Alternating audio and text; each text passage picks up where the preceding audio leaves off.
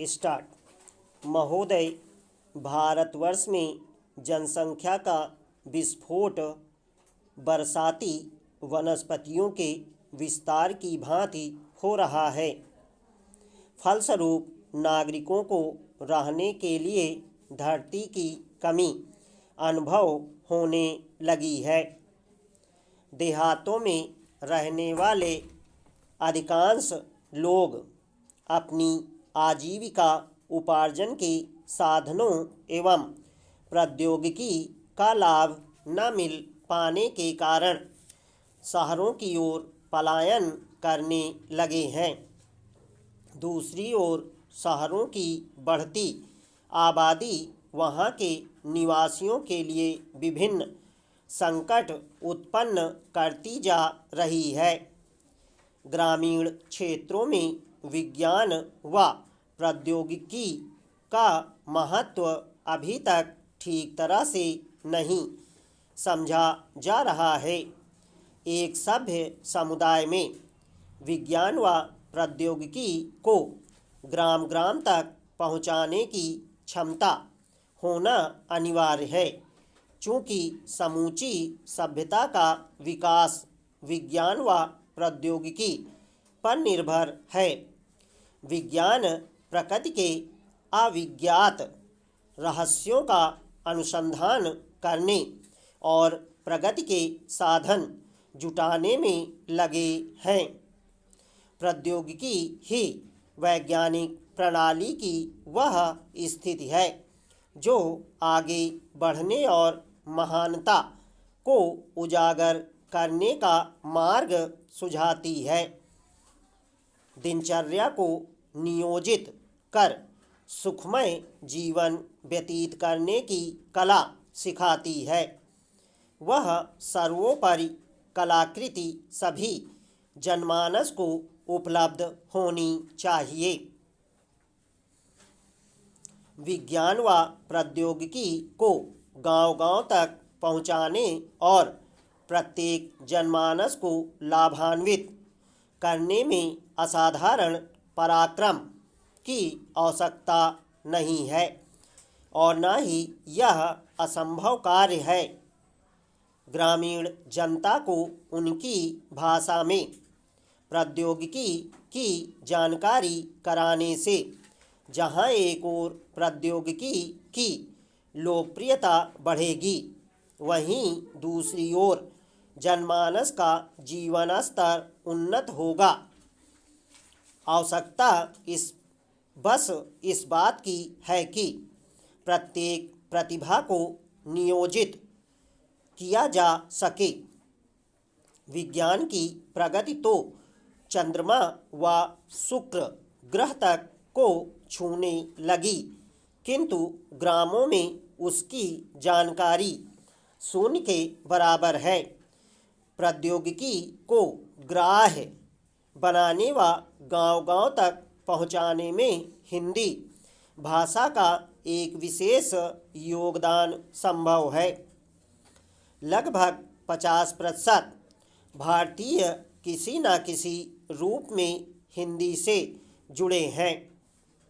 अपनी सामर्थ्य और कार्य की विशालता का मध्यवर्ती संतुलन जितने अच्छे ढंग से हिंदी भाषा में बैठ सकता है, उतना शायद और किसी भाषा में नहीं।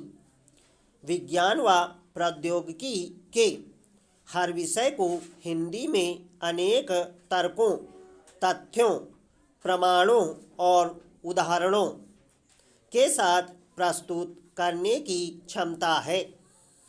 आजकल इंजीनियरिंग व उच्च शिक्षा राष्ट्रभाषा हिंदी में दी जाने लगी है, ताकि विद्यार्थी का मानसिक विकास सुगमता से हो सके और वह विज्ञान व प्रौद्योगिकी का अनुसरण कर सके। महोदय, स्वास्थ्य मनुष्य की प्रबल संपदा है। दुर्भाग्यपूर्ण ही कहना चाहिए कि गांवों में इस ओर विशेष ध्यान नहीं दिया जाता। वहाँ स्वस्थ जीवन जीने की सतर्कता का पालन करने की कला सिखाई जानी चाहिए, जिससे बीमारी के पनपने व अकाल मृत्यु की संभावना से बचा जा सके। स्वास्थ्य सुरक्षा हेतु व्यायाम, खेलकूद व मनोरंजन की जानकारी देना अनिवार्य है। आधुनिक समय में प्रदूषण, नशेबाजी, व्यभिचार आदि की समस्याएं विभिन्न बीमारियों को जन्म दे रही हैं। बाल विवाह व बहु प्रजनन नारियों के लिए प्राणघातक हो रहा है। स्वास्थ्य रक्षक प्रवृत्तियों के संवर्धन व उन्नत प्रौद्योगिकी के समावेश से बीमारियों से आत्मरक्षा की संभव है। ग्रामों में बढ़ती हुई जनसंख्या एवं घरों में प्रायः शौचालय न होने के कारण गंदगी से भयंकर समस्या उत्पन्न हो रही है। उन्नत प्रौद्योगिकी से सुलभ शौचालय का प्रयोग कर स्वच्छता प्रदान कराई जा सकती है और बीमारियों से भी बचा जा सकता है। पशुपालन के लिए चारागाह लगभग समाप्त होते जा रहे हैं। सूखा चारा पशुओं की क्षमता को घटाता है। पशुओं को उचित आहार, उनको होने वाली बीमारियों एवं उनके उपचारों की जानकारी देना अत्यावश्यक है। पशुओं से श्रम, दूध इत्यादि उपलब्ध होने से व्यक्ति की आमदनी बढ़ती है। यह उत्पादन से किसी प्रकार कम मूल्यवान नहीं है। इसी प्रकार मुर्गी पालन व मछली पालन की उन्नत प्रौद्योगिकी का उपयोग भी भरपूर किया जा सकता है।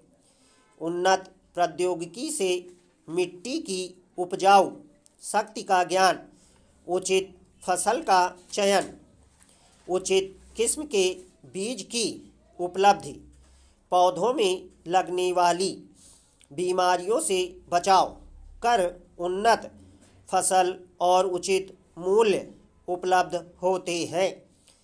ईंधन की समस्या दिन प्रतिदिन विकट होती जा रही है। पारंपरिक ऊर्जा स्रोत शीघ्रता से क्षय होते जा रहे हैं और पर्यावरण की जटिल समस्या बढ़ती जा रही है। प्रायः ग्रामीण क्षेत्रों में ऊर्जा खाना पकाने, रोशनी करने, सिंचाई, खेती-बाड़ी, यातायात व लघु उद्योगों के लिए प्रयुक्त होती है। वैकल्पिक ऊर्जा स्रोतों की खोज एवं उसके अनुरूप उद्योगों का विकास आधुनिक समय की मांग है। गांवों के लिए गोबर गैस प्लांट संयंत्र आधुनिक प्रौद्योगिकी की देन है। जापान में मनुष्य के मल को सड़ाकर खेती में खाद की तरह प्रयोग में लाया जाता है। उसे सोना खाद कहते हैं। इससे दो लाभ होते हैं। एक तो पशुओं के गोबर की कमी पूरी हो जाती है और दूसरे पैदावार भी अधिक मिलती है।